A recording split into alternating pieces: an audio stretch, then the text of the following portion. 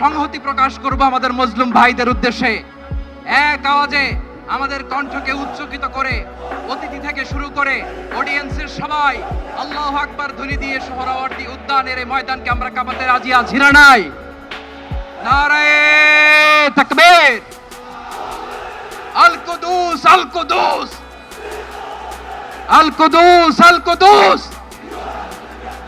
আমার ভাই শহীদ কেন? জাতিসংঘ জবাব চায়। গাজায় গণহত্যা কেন?